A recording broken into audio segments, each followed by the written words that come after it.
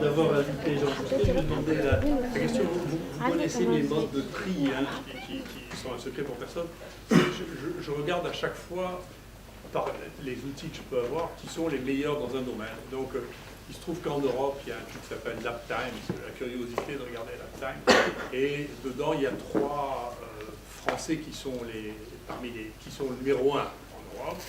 Donc, un qui est Guido Kremer, que j'ai invité il y a 2 ans, et qui est effectivement, lui, il nous bat tous, il est 3 fois premier. Il y a 3 domaines dans lesquels il est premier, immunologie, cancérologie et biologie cellulaire. C'est vraiment une star mondiale. Et puis, il y a Jean Bousquet en pneumologie. Et donc, ça m'intéresse de savoir. Je pense qu'on va toujours apprendre à des gens qui ont atteint ce niveau-là, de quoi qu'ils parlent. Et alors, j'ai eu la surprise qui vous fera sourire.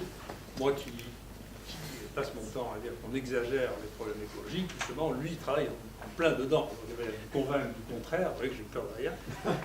Me convaincre du contraire, j'espère que je sortirai d'ici avec des opinions différentes de celles avec lesquelles je suis rentré.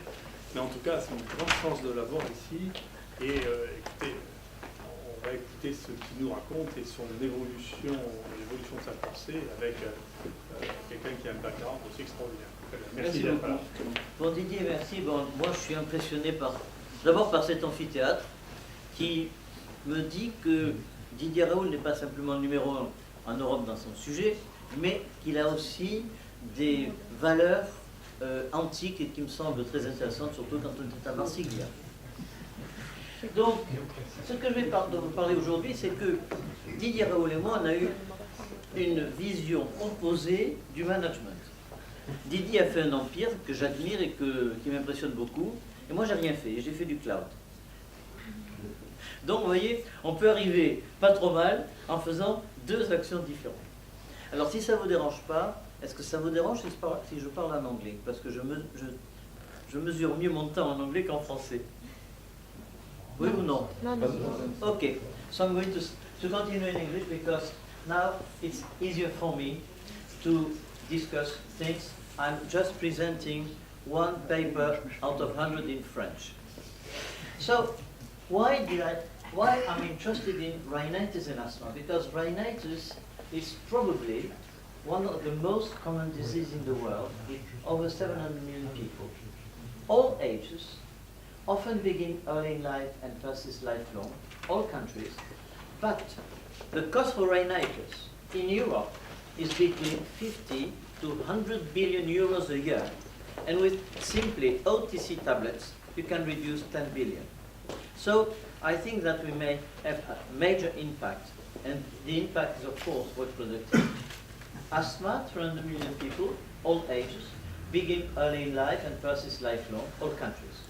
150,000 deaths a year, nothing by comparison to infectious diseases.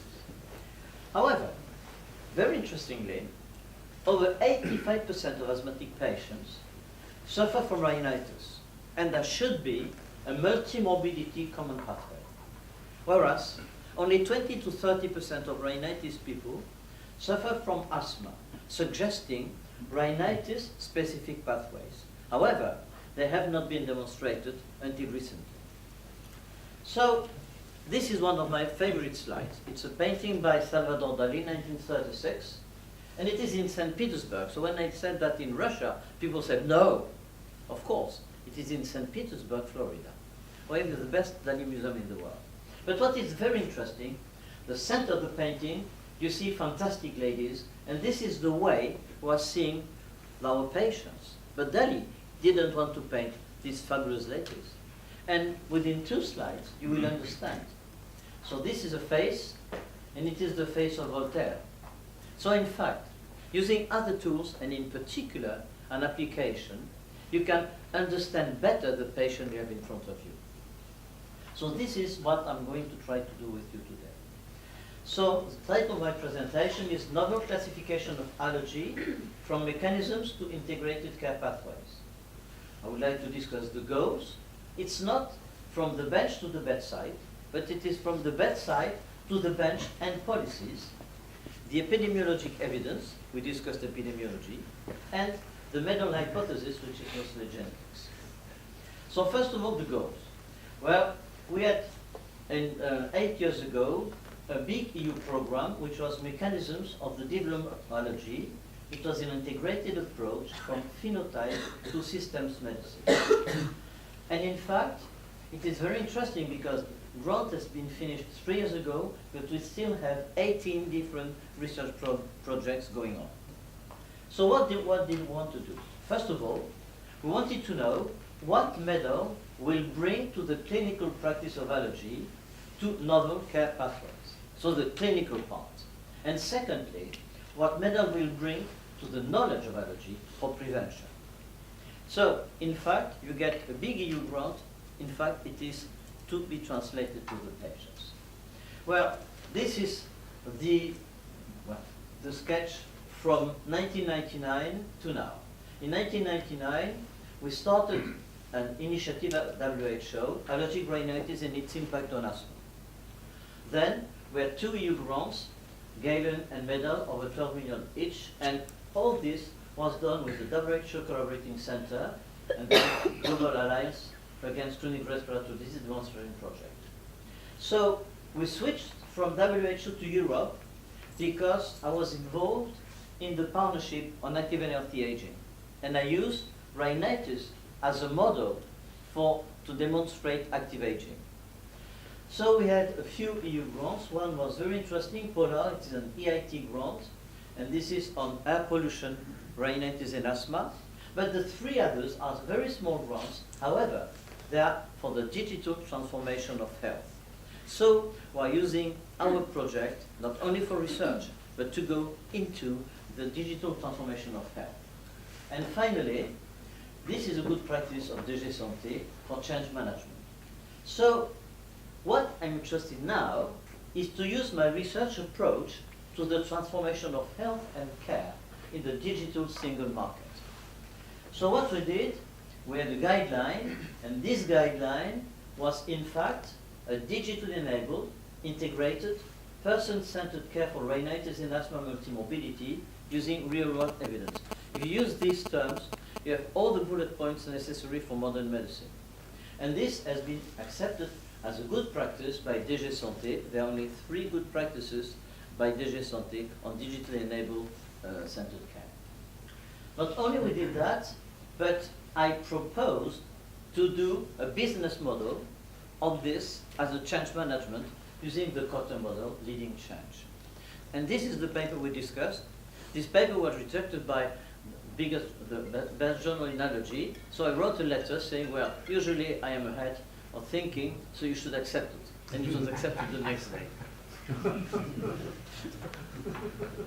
And finally, we also got a grant from EIT Health because of Berg.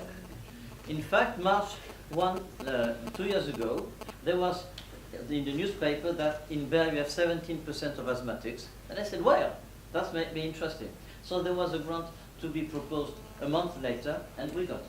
So that's interesting. Now, I would like to tell you how this started. From the bedside to the bench and policies. Well, what we did, I had a lady from Morocco, and she told me, I have very severe asthma, FEV1 50%.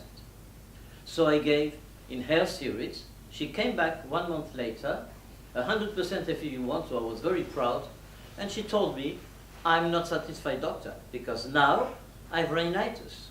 So I saw a few people like that. And what we did an epidemiologic study. This is the epidemiologic study, the largest epidemiologic study in Europe. And what we found that allergic rhinitis and non-allergic rhinitis are highly associated to asthma. And that 85% of asthmatics have also rhinitis. And we did another study, and the first author is Pascal Chanès when he was in Montpellier. We confirmed in the biopsies, in the nose and the lower airways, that in fact we have the same inflammation. So what we found that rhinitis and asthma are intertwined, and we put forward the concept of one airway, one disease. Well, we went to policies, so we did a WHO workshop. By the way, at that time I was thrown away from GINA, the Global Initiative for Asthma, because I said to the guy of NIH, you know, rhinitis and asthma intertwined, and he said, my lab is doing that, so I'm not going to do it. I said, okay, I'm only complaining to the satisfaction of my patient. It was it. So we had an implementation in 52 countries. We have 52 languages in the Pocket Guide. And then we had a big program, which is the best cited paper in asthma, 231 citations per year since 2008. That's quite a lot. Now, okay, we know that the nose and the lower airways are interrelated. But can we go forward? And went forward with epidemiologic evidence. So first of all, what were the methods? Well, one, MEDAL, Mechanisms of the Development of Allergy, 12 million euro grant just for coordination, mostly. I proposed two ways of doing things. The first one was the classical phenotype, hypothesis-driven, and the second one was data-driven by cluster analysis or other methods. And we had symptoms and multimorbidity, IgE, but not only quantitative but also qualitative, biology and omics, and we did also some system biology. I must tell you that system biology is still a big mystery for me, and I don't understand what it is. So it was a big cohort because we pooled 14 birth cohorts in Europe, and we had 44,000 children at birth. We had 18,000 at 16 years, so it's quite a lot. We harmonized almost 400 questions, and all of this is in a single database. And in fact, NIH requested us to do a joint workshop. And in fact, this joint workshop led to a new project by NIH, but there are only 6,000 subjects. Secondly, a 4,000 Ig microarray with 176 components, 23,000 G was historical, 9,000 epigenetics, 2,000 proteomics, 1,000 transcriptomics, and 10,000 children were followed, let's say, every 2 years with air pollution data. And this is the largest cohort in pediatrics. Also, we had some very clever people who did a chip which was 6 times more sensitive than the commercial one. And this chip is as sensitive as the best IgE, and only we have 176 allergens. So we felt that this was not sufficient, and that we need to go into the big data. So what we did, I developed an application for rhinitis and asthma. I will show you what it is. It's just finger approach. And with this application, we tried to understand what we didn't find in MEDAL and to go back to epidemiology. So, first of all, multimorbidity. I think that today we are seeing patients on the very, like this, and we look at different parts of the patient instead of looking at the patient. So multimorbidity is essential. Well, multimorbidity, simple. We use the classical approach, Lancet Respiratory Medicine, and we found, by the way, that there are two groups. We are very surprised. We are thinking to get many groups in two groups. One, allergic versus non-allergic. Second, multimorbidity is more common than chance, suggesting that there are genes of multimorbidity. Thirdly, it is associated with specific IgE, but not influenced by specific IgE. So it is not allergy which is driving multimorbidity, but multimorbidity which is associated with allergy. And finally, the persistence of symptoms was associated with multimorbidity. This is the clinical impact. Second, we did a cluster analysis, and we found exactly the same. So every time in MEDAL, we use what we are thinking, and then another method, which is a data-driven method. And in fact, this is the second thing is IgE mono and polysensitization. Well, in 1982, I started to think to that because I was seeing patients who were monosensitized and patients who were polysensitized. And in fact, in 1991, were I able to differentiate using immunoblots, this was a technique at that time. These are immunoblots to a single pollen. And A, there are people who are polysensitized, that is to say sensitized to many pollens, many allergens. And you see B, monosensitized. You see that not only people who are monosensitized have less recognition patterns, than A, but they have also less IgE. Then we tried to understand what was in the background, and of course it was 1994, so again, something very old. We used non-specific stimulation, but what we were able to find, it is that it was IL-4 which was associated with this polysensitization. So, with MEDAL we had access to many things, and we had access to a fantastic cohort in Sweden. And in Sweden, on the left-hand part of the slide, you see BEDV1. BEDV1 is the major allergen of birch. And they are isoforms. And you have 8 isoforms, so just isoforms. And you have the level of BEDV1. When you have BEDV1 only, it's close to 0. And when you have 6, 7, or 8 isoforms, it is much higher. So what we had found in 1991 was in fact demonstrated that you have 2 different diseases. One disease is monosensitization, the other disease is polysensitization. And with the level of BEDV1 at 4 years, you are able to assess the severity of the disease at 16 years. So we have a second clinical pattern.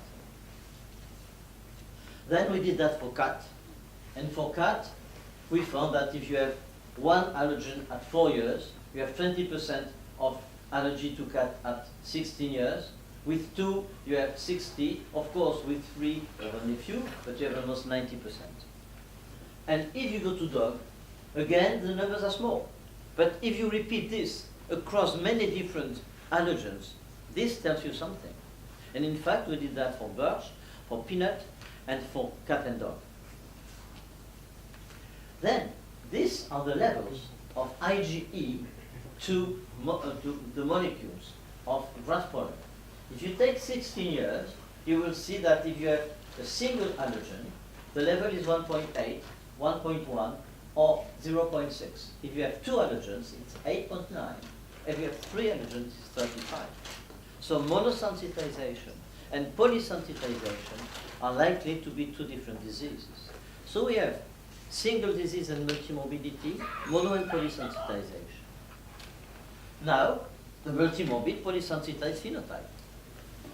And this is another study we did in Paris with Isabelle Momas. And we did cluster analysis. And this is the number of allergen-specific sensitization at 2 years, 1, 2, and 3.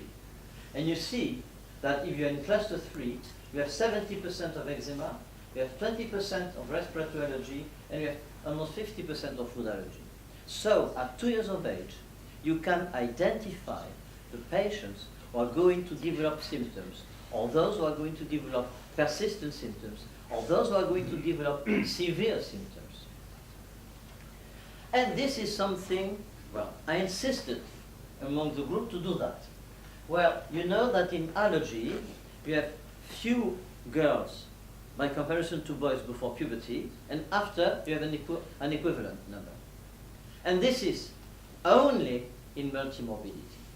So it is not an allergic pattern, it is a multimorbidity pattern. Because you see that, we have multimorbidity, and this is in 14,000 individuals. Then you have IG-associated multimorbidity and non-IG-associated multimorbidity. So again, we could understand that multimorbidity and polysensitization are probably different phenotypes of allergic diseases. Then we have access to many different cohorts, and this is EGA. I think that you're participating to that, Denis. So EGA is a cohort in France, but it is very well established. And what I want always is to replicate. So we did EGA, French cohort, BAMSE, Swedish cohort. You know, between France and Sweden, we have different allergens. There is no mite allergen in the north. And what we found that if you have asthma rhinitis alone, or asthma plus rhinitis, with 160 76 molecule, and when analyze the 64 most common, you go from 2 to 8, to 8 molecules recognized. So again, we're able to understand that there are differences. And it is the same in Sweden, except that they don't have mite allergens. So the epidemiology part of MEDAL proposed that the multimorbid polysense phenotype is associated with the severity of allergic disease. First of all, you can predict the allergic risk at 4 years, and this is extremely important because every mother with a child at 4 years with asthma or rhinitis tells you, will it persist? Will it be severe? Will it disappear? And with the medal concept, then we know. And we're going to reanalyze all the cohort in order to predict allergy or the allergic risk at 4 years. Second, you can start specific immunotherapy in polysensitized individuals because you know that they will retain their sensitivity and disease. So this is the clinical importance. But it is more important to go to the genetic part because in fact the genetic part will tell us eventually that different diseases exist. And this is what I will try to find to you and to discuss with you now. However, I found that this was insufficient and I wanted to go to mobile technology in order to combine mobile technology and classical epidemiology. In fact, our system is the simplest in the world. Your finger and 4 visual nerve scale, full stop paragraph. And any cell phone. So now we are in 23 countries, we have 26,000 users. It is fully GPDR. It belongs to the University of Montpellier and the region, so it's not commercial. We are going to be commercial because we need to survive, but it's not commercial. And 4 questions. Overall, how much are your allergic symptoms bothering you today? Number 2, how much are your nose symptoms bothering you today? Number 3, how much are eye symptoms bothering you today? And asthma. And that's it. However, we have all the medications in all countries, so we can assess many different things, including allergies.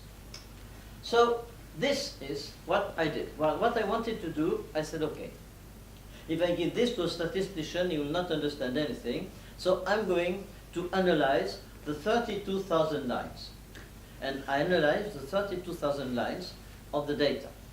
And suddenly, some clusters appeared in my head. So these are the clusters. So you have a visual nerve scale nose, visual nerve scale asthma. You cannot get a simpler method.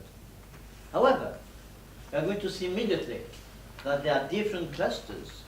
In orange, you have very few days, because it is in days and not in patients, very few days, which are with high asthma and low rhinitis. So the concept of asthma without rhinitis is not found in real life evidence. In green, you have rhinitis alone and no asthma. And you see the curve is going down. And in red, you have asthma and rhinitis and the curve is going up. So we could identify 4 different phenotypes. If you go to conjunctivitis, it's exactly the same. Don't you think that is very surprising? So I thought that there should be some disease which are rhinitis alone, rhinitis and asthma, rhinitis and conjunctivitis, and the 4 diseases. And that's it. So this is VS work because we have also a visual nerve scale on work because this is something you can measure. And you see that if you have only rhinitis, it is 36. If you have rhinitis and conjunctivitis, it is 52. Rhinitis and asthma few patients, it is 54. But if you have the 3 diseases, it is 64. So you have almost a 40% increase in visual nerve scale if you have different diseases. Then we try to understand whether the symptoms of each disease was more severe if you had the 3. Yes, they are. So what we could say, first of all, that rhinitis and rhinoconjunctivitis differ. And I don't think that you had seen that before, Denis. Now, in papers. And you have an extreme allergy phenotype for the stratification of the patients. And again, I'm going back. So the problem was that this is, you don't know the patients, you don't know anything.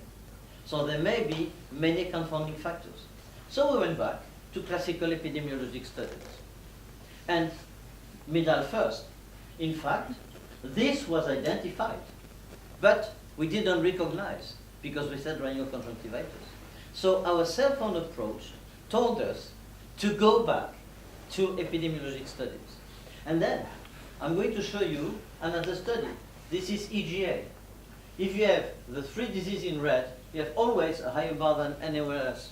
You know, the first one is rhinitis symptoms, more important than in rhinitis alone. Asthma symptoms, more important than asthma alone. Eczema, prevalence. And this is again very important because we understand that adding the diseases may have an importance and that there is a further phenotype we are working on now. You have conjunctivitis and hyperactivity.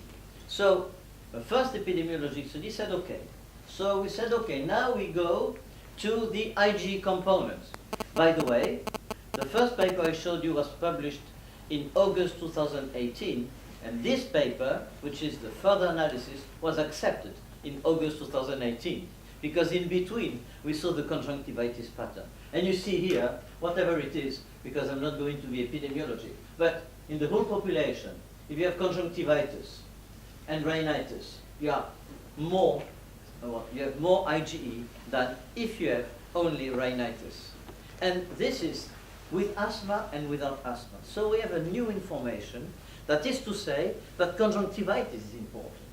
So rhinitis and rhinoconjunctivitis differ clinically and in allergen sensitization, and both in participants with or without asthma. Well, I didn't have enough, so I wrote to a few people, and the next one, I sent him an email in April, and usually they respond yes or no quickly. They did 3 days, but in fact, the response was the full analysis of the data. And in fact, what they found, this is the Portuguese national cohort. Methods, structure medical interview, what is excellent. They use latent class analysis and the CARP algorithm to select the most likely variables distinguishing classes. On the right, if you have nasal symptoms with impairment, you have 80% of conjunctivitis. So, it's not because you have conjunctivitis that you have impairment in nasal symptoms, because it is a different disease, by the way. And now, latent class analysis, for the severity of asthma, the most important symptom is conjunctivitis. So, it opens a totally new field of investigation. And we are still at the beginning of that. Then, you know, asthmatic patients commonly have conjunctivitis. The severity of nasal symptoms, again, is associated with conjunctivitis. And in latent class analysis, conjunctivitis is the first criterion to be considered. This is really novelty. And this paper is already in press. Now, we went to Finland, because in Finland they have something else. They have a date of onset of the disease. They have a cohort from 1906 to now. And we found that, of course, when you add conjunctivitis to rhinitis, you have something different. But this started in 1936, the year where deaths in infants went down. So probably it's associated with the gene hypothesis. And we're trying to confirm this in 2 other cohorts in Finland. I'm going next month there to do a further analysis. So the number of allergic symptoms, rhinitis, conjunctivitis, and atopic dermatitis, is involved in the prevalence of adult onset asthma. It is age dependent, and by the way, these data show that it is far more than one airway, one disease. Now let's go to the medal hypothesis. Well, the medal hypothesis, in 2015, I proposed this. Are allergic multimorbidities and IgE polysensitization associated with the persistence or reoccurrence of fetal type 2 signaling? Very simple. But it was very modern because no one has thought that fetal type 2 was important. And in fact, in 2004, we identified that remodeling was not involved in rhinitis for 2 reasons. Because if you're remodeling in the nose, as soon as you will breathe, you will have a completely blocked nose. And secondly, the nose is coming from ectoderm, and the lung is coming from the endoderm. And we propose this hypothesis, that is to say, that multimorbidity is a mesodermal response, T2, IgE and T2 inflammation, different, but that ectoderm is the skin and the nose. There is no remodeling in the skin, no remodeling, in the nose, and it's only scratching for fibrosis in the skin. On the other hand, in asthma and in esophagus, you have remodeling. So the hypothesis was that in fact, multimorbidity were associated with T2. So what we did, first of all, we went to the literature. There was a paper published 3 years later showing that probably this may be the case. There are also many, one product is able to treat it's very interesting by the way, it's able to treat asthma and atopic dermatitis, but not that well rhinitis. And possibly this tells you that there are differences between rhinitis and asthma. So what we said, we said T2 is completely down after birth. You have the phenotype 1. The phenotype 1 is the atopic march. 7% of the allergic children have symptoms immediately after birth, and they continue atopic dermatitis, asthma, and rhinitis. And this is probably the persistence of T2 pattern. Then, the phenotype 2, if in Sweden there is a very high level of birch pollen, there are children born 2 months before who develop a birch pollen allergy. So there is a small window of opportunity here to induce allergy. And then phenotype 3 and 4, these are the multimorbid children, and I will go back later. And then you have something which is in your place. Many of your cypress pollen allergic patients are monosensitized and develop allergy late in life. And this is the post-puberty monosensitized children. And family history is going down because these people who develop cypress allergy, they don't have cypress. So you know, this is exactly what we find in the clinic. Now we did an in silico analysis because it was easy, so we had someone who is very clever, is in Barcelona, I have a fantastic collaboration with Barcelona, and they did a computational analysis of the topology of the protein interaction network, whatever it is, it doesn't matter. Because I'm just going to give you a story now. If you're interested, you can go to the papers. But he found that multimorbidity was associated with IL-4, IL-13, L1R1, L18R1, and TSLP. And this is T2. So the computational analysis gave us the T2 pattern. Now, we went to genomic approach, where first of all, we did the transcriptomic in 785 subjects. There is no gene associated to asthma as a single disease or atopic dermatitis. So asthma as a single disease in children probably does not exist. But then, you have 2 types of picture, the upper part and the middle part. The upper part you have pink, and I will tell you what it is, and this is multimorbidity. But in multimorbidity, you don't have any single gene of the rhinitis as a single disease. And as rhinitis as a single disease, you have not a single gene of multimorbidity. So, we're able to identify by genetics that rhinitis alone and rhinitis as multimorbidity represent 2 different diseases.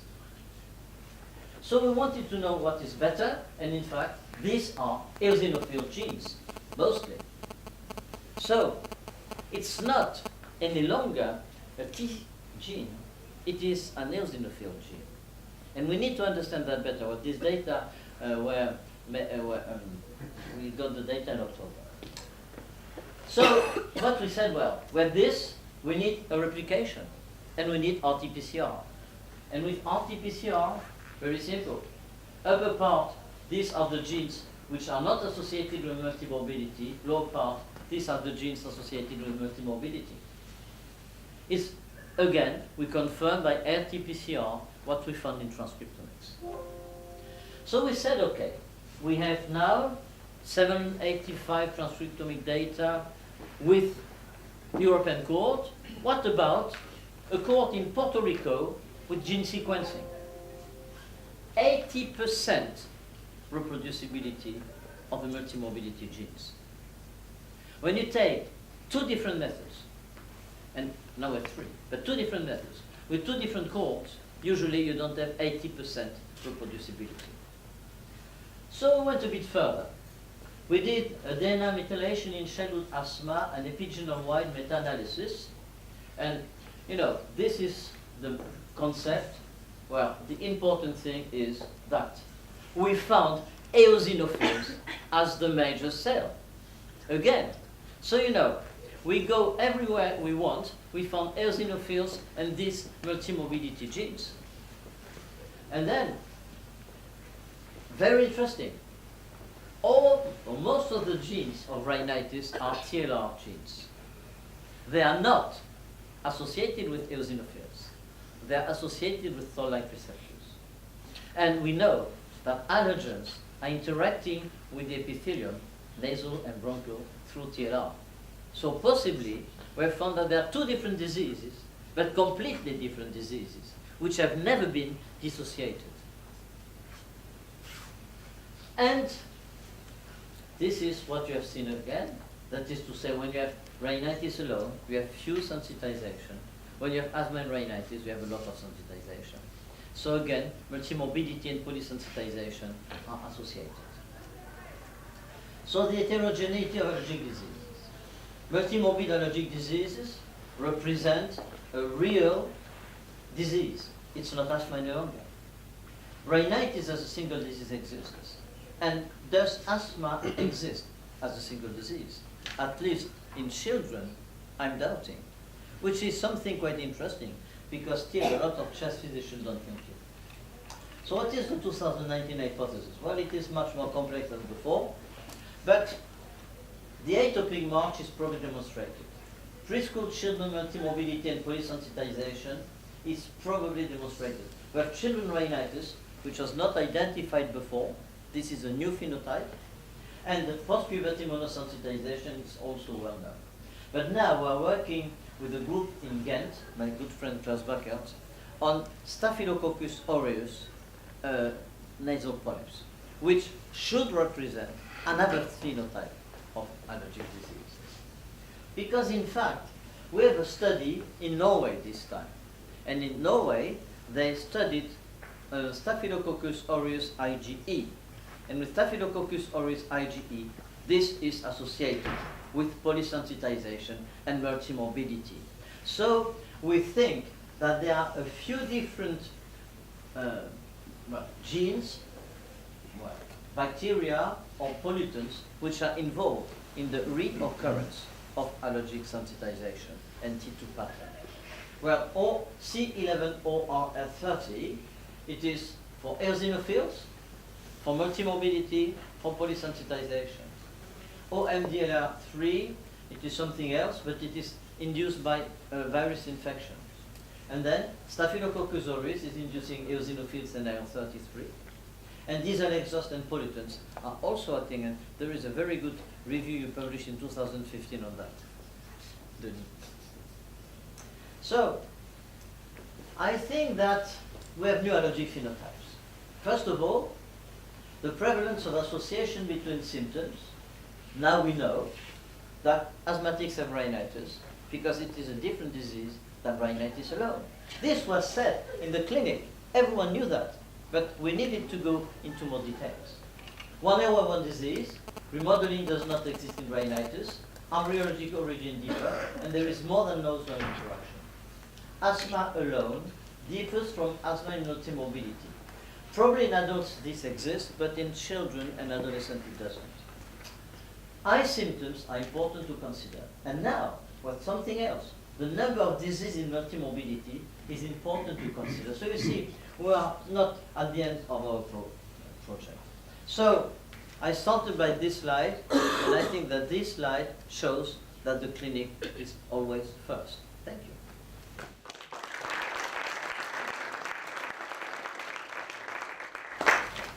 Merci.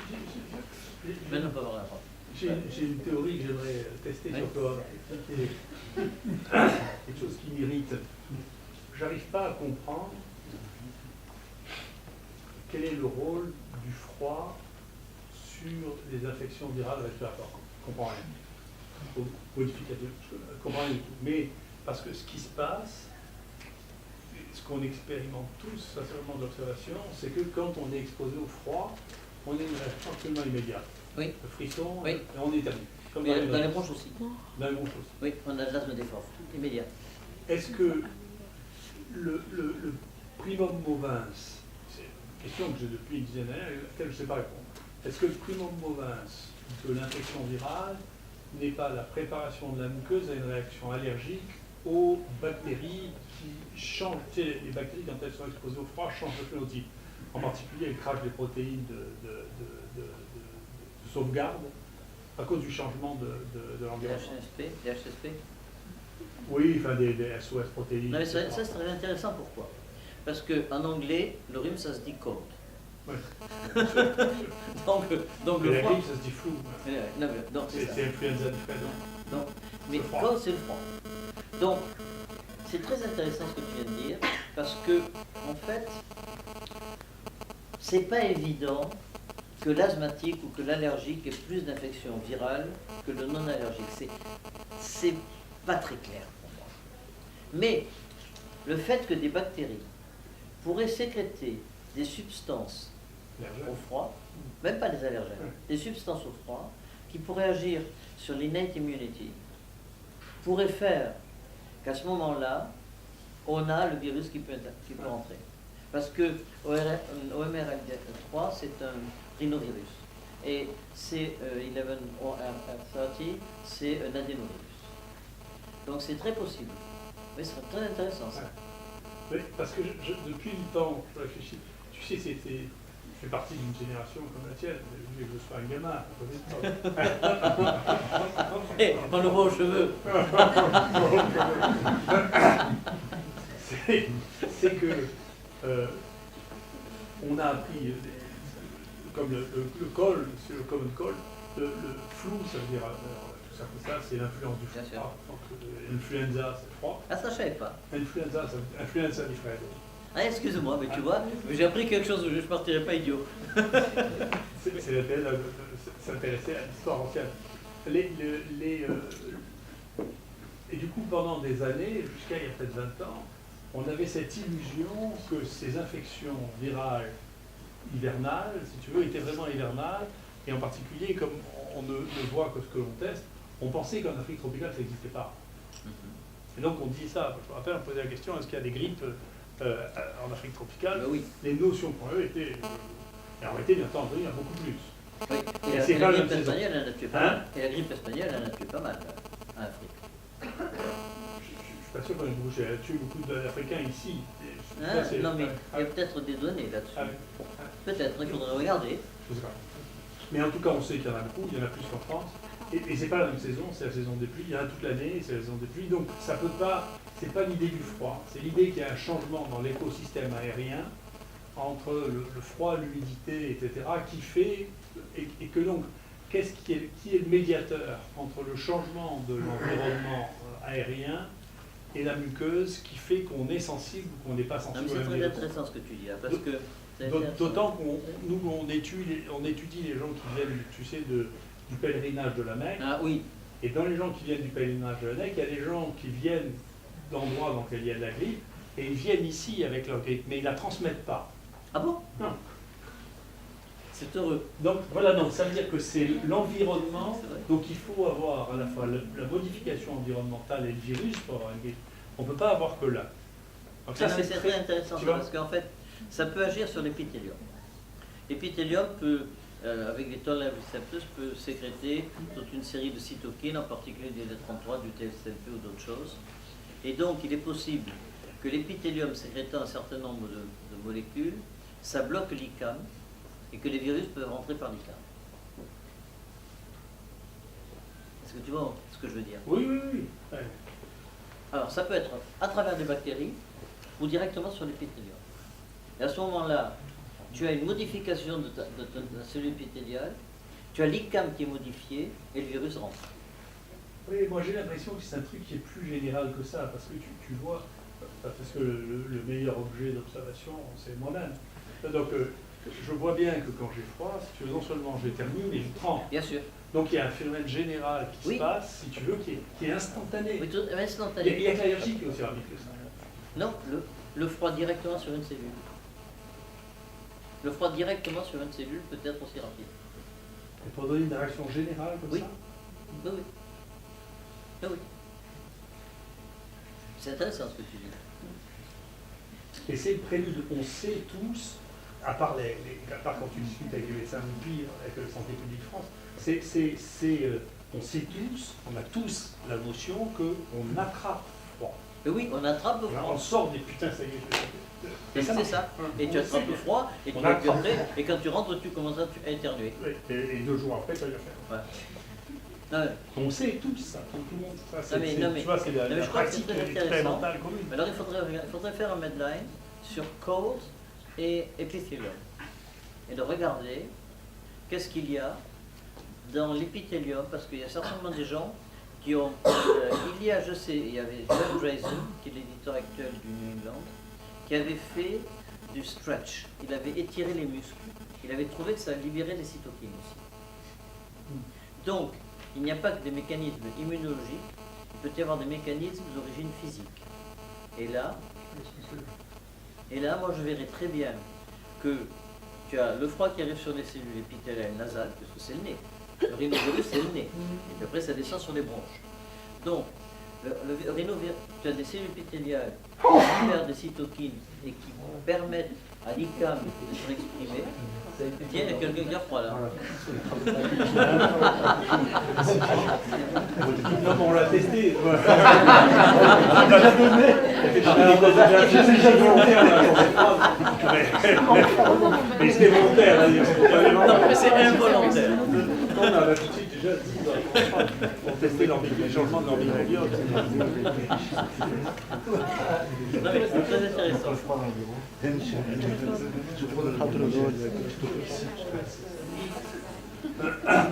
On a testé. Non, il y a tellement, je trouve qu'il y a tellement de similarité dans la réaction au froid et dans la réaction allergique, Oui. c'est tellement similaire que j'ai des difficultés à penser que c'est deux mécanismes différents.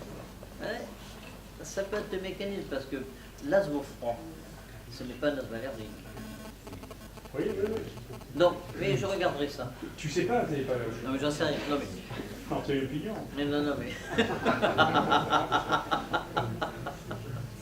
Ok. Non, parce que ça c'est vrai. Ça c'est vrai. C'est pas hypothétique. Alors, le rôle, j'en connais rien, mais c'est vrai que quand tu fous des bactéries qui sont normalement à 28 degrés, que tu les fous à 15 degrés, elles ont leur transcription et l'expression des protéines est différente. Et que donc, c'est vrai, on peut très bien imaginer que soit allergique, soit médiatrice immunitaire, autre, ces protéines-là qui ne sont exprimées que quand il y a un stress au froid. Mais ça peut être un phénomène multiple. Ça peut être les bactéries qui ont un stress au froid et qui libèrent des cytokines ou des produits, n'importe quoi, j'en sais rien, des produits bactériens. Ça peut être de l'allergie. Ça peut être aussi de l'allergie sur la cellule épithéliale et ça peut être la cellule épithéliale elle-même. Donc il y a 4 mécanismes possibles. Oui. Non, c'est intéressant. Mais en tout cas, c'est intéressant de voir sur les D'accord. Vous avez dit qu'il y avait aussi vous avez dit qu'il y avait aussi une base génétique à ces phénomènes-là. Eh bien oui, je vous l'ai montré. Oui, mais on connaît les gènes. Ben, c'est quelque chose qu'on a trouvé il y a 3 mois. Non, là, vous avez parlé d'expression. Oui. Moi, je parle aussi de variation génétique. Parce qu'il y a des HLA, par exemple. Alors, on est en train de tester, parce qu'on a les HLA dans le GA. Donc, on est en train de tester. C'est peut-être sur certains allergènes rares, mais pas sur tous. Donc ça, c'est ce qu'on, oui, c'est ce que nous faisons maintenant. Mais si vous voulez, comme on a trouvé ça vraiment il y a 3 mois, on a d'abord écrit le papier, puis après on commence à faire des choses un peu plus. Alors ça, c'est tout nouveau. Hein. Les derniers papiers ne sont pas publiés. Les taux-récepteurs, c'est les super cibles. Ah ouais. Au niveau clinique, vous avez parlé rhinite, les yeux et le poumon. Et la peau Mais rencontre. je vous en ai parlé Eczéma. en disant que je ne suis pas très... que nous sommes en train de tester. Parce que si vous voulez, la plupart de ces travaux, en tenant de réflexion, ils partent de téléphone portable, de résultats par téléphone portable. C'est intéressant de voir que d'une approche big data, où on ne connaît rien, on est revenu sur l'épidémiologie. Et donc actuellement, on est en train de tester tout ça. Ce qu'on a trouvé, c'est que lorsque les gens ont de l'asthme et de la rhinite, je n'ai pas encore parlé de conjonctivite, ils ont beaucoup plus d'eczéma atopique que quand ils ont de la rhinite, de l'asthme ou seul. Donc si vous voulez, on est en train de tester ça. L'eczéma atopique pose un autre problème, c'est l'âge. Parce que, curieusement, l'eczéma atopique disparaît avec l'âge, alors que l'asthme et la rhinite augmentent avec l'âge. Et souvent, on a l'impression que les deux se croisent. Donc là, il y a beaucoup de choses à faire, on est en train d'y travailler, on est en train de regarder. J'ai pas la réponse. Moi, j'aurais une question plus de pneumologie. On a montré récemment que le traitement de la rhinite chez la personne qui a à la fois de l'asthme et de la rhinite n'influence pas le cours évolutif de la rhinite. Alors, Oui. compte tenu de ce que tu as montré, enfin, tu as critiqué ou un aware one disease. Alors je crois que si tu veux, le problème, c'est qu'on ne différencie pas rhinite seule et rhinite en multimorbidité. On met tout dans le même on met tout ensemble. Et en mettant tout ensemble, tu ne vois rien. Et que peut-être, si tu ne prends que la rhinite en multimorbidité, tu as une influence sur l'asthme. Donc il va falloir, c'est qu'il faut refaire les études d'immunothérapie, reprendre les données pour savoir si la multimorbidité change les choses. Parce qu'en définitive, qu'est-ce qu'on a fait? On a pris des gens, on leur a donné une corticothérapie intranasale et on a regardé si ça faisait quelque chose sur l'asthme plus tard. Essentiellement dans la polynose. Mais là, tu as les 2/3 des patients qui n'ont que de la rhinite seule. Donc, ceux qui ont de la rhinite seule, tu ne vas rien faire sur l'asthme, il n'y en a pas. Il faut faire des sous-groupes, ce qu'on disait tout à l'heure, et reprendre les données, c'est une très bonne question, reprendre les données avec simplement les gens qui ont de la rhinite et de l'asthme, est-ce que ces gens-là ont une modification? Parce que si tu as 2/3 de personnes qui n'ont que de la rhinite, tu ne vas rien voir parce que tu vas avoir un effet confondant énorme. Non, là, c'est des études chez des personnes qui avaient à la fois de la rhinite et de l'asthme. Alors, les études, alors, les études qui sont faites au Brésil, en particulier par Paulo Camargo et Stelmar, montrent quelque chose. Et puis après, il y a une méta-analyse qui a été publiée dans l'Allergie il y a 2 ans, qui montre quelque chose aussi. Mais je crois surtout que les études comme l'étude de Dahl, qui avait été la plus ancienne et la meilleure à mon avis, qui avait été faite, ils n'avaient pas différencié les phénotypes. C'est ce qu'on montre là. Parce que quand tu as ces phénotypes qui sont complètement différents, on a 2 maladies différentes. Oui, excusez-moi. Vous étiez là. J'aurais 2 questions. Une simple, est-ce que sur la foi de ces nouveaux résultats avec les jeux en thérotoxine, vous suggéreriez qu'on les remette dans les bilans de patients? Je crois que c'est surtout pour l'induction. Ce n'est pas tellement pour le traitement. Quand le patient a de l'allergie, c'est fini. Mais c'est pour comprendre. Vous ne les mettriez pas dans les bilans, par Non. exemple, Après des le bilan, enfants qui commencent, non. des jeunes enfants qui commencent Les à IgE avoir... entérotoxines ne sont pas très faciles à doser, premièrement, et deuxièmement, les taux sont faibles. Donc j'ai très peur que ce que l'on voit dans une cohorte, on ne le retrouve pas dans sa pratique clinique. Et la deuxième question est, donc, on retrouve bien les mécanismes IgE. Est-ce que vous pensez qu'il y a une place dans la physiopathologie pour les mécanismes qui sont IgE indépendants, mais MRGPRX2 dépendants? Mais MRGPRX2. oh, oui. D'accord. J'en sais rien. C'est la question la plus simple. Ce que je sais, c'est que les liaisons rhinite et asthme se trouvent encore plus en dehors de l'allergie que dans l'allergie. C'est le travail de Benny de 1999. Donc, c'est la multimorbidité. Ce n'est pas l'allergie. Donc je crois que là aussi, on pensait au départ, quand on pensait dans les années 80, ou 90, on pensait que c'était l'allergie qui faisait la liaison entre les deux. Maintenant, c'est la multimorbidité et des gènes différents. L'allergie GSI, non? On n'y est pas encore. Hein. Compliqué ça. C'est un peu plus compliqué. Alors, l'œsophagite, non, parce que l'œsophagite, c'est de l'asthme de l'œsophage. Mais alors, l'allergie digestive, après, c'est surtout chez l'enfant. Là encore, c'est surtout chez l'enfant plutôt que chez l'adulte, encore qu'il y a des adultes aussi. Non, là, j'y suis pas encore. J'y vais pas à pas. Hein. Déjà, c'est assez compliqué comme ça. Très bien, merci.